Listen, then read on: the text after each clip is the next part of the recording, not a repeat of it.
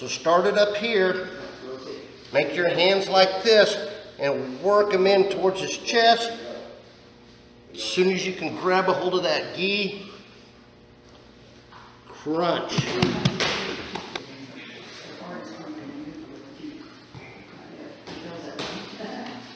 We're going to show you a choke. And I'm going to have him set up first so that we can come through so you can see how the hands work. The one thing that we mentioned it time and time again, and that you just never want to forget with chokes, is the control, okay? And this particular choke is one where they're usually covering up or turtling up like this, and they're on their stomach. The first thing that we've got to do before we can jump into the choke is get control, okay? I'm going to show you what my hands are going to do to begin with, and then we're going to put him over on the stomach, and then we'll show you how it really looks. Okay, this choke, I'm going to work my hands in like knives. I'm going to make them flat. They're going to come in, and I'm keeping them down here low so that I can snag his both sides of his lapel on my way in. Good, put your hands down, Eric. Put your hands down so we can see it. So my hands are going to come in like this, and I'm going to be back here behind his ear, and I'm not going to be able usually to work both of them in at the same time. I'm going to be working them both at the same time, but usually I alternate and work this side, and then work this side, and then work this side. And for this choke, I'm going to let my thumbs hang out and grab the back of his collar or the back of his lapel here. And I'm not going to go real deep like this. I'm going to keep them right up here. So as soon as I can feel like I got a grip, I'm going to close my fingers on the inside, my thumbs on the outside, and then I'm going to squeeze both of them in like that. And can you feel any of that? Yeah, it's unpleasant. Okay. And all I'm doing, you know that carotid artery, right back here behind his ear, runs down here behind his jaw. So I don't want to get down on the jaw itself. That stops the choke.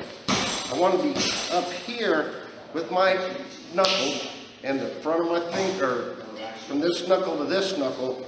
That's what I'm choking with. Okay, that's what's cutting off that blood to the brain.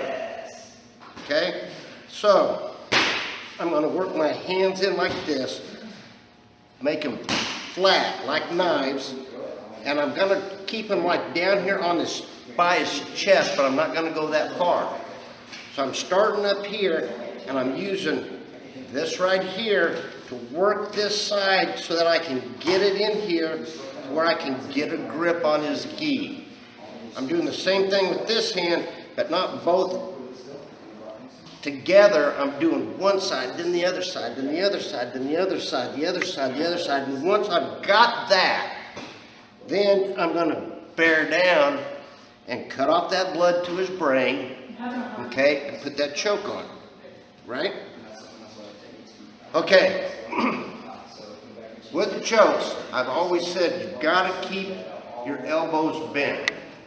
And this one, it's no different. I've got to get close. I've got to keep my elbows bent. I've got to keep my elbows in close to my side.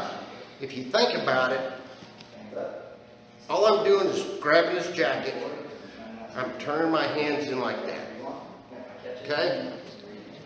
If you hold your hands out straight and try to do that, you're using all shoulders, right?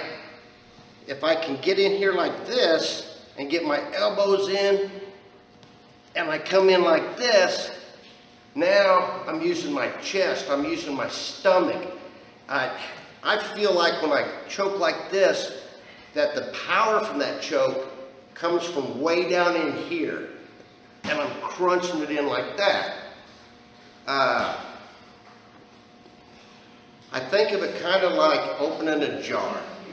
If you've opened up a jar that the lid was stuck, you don't grab that jar and open it up like this and hold it away from you.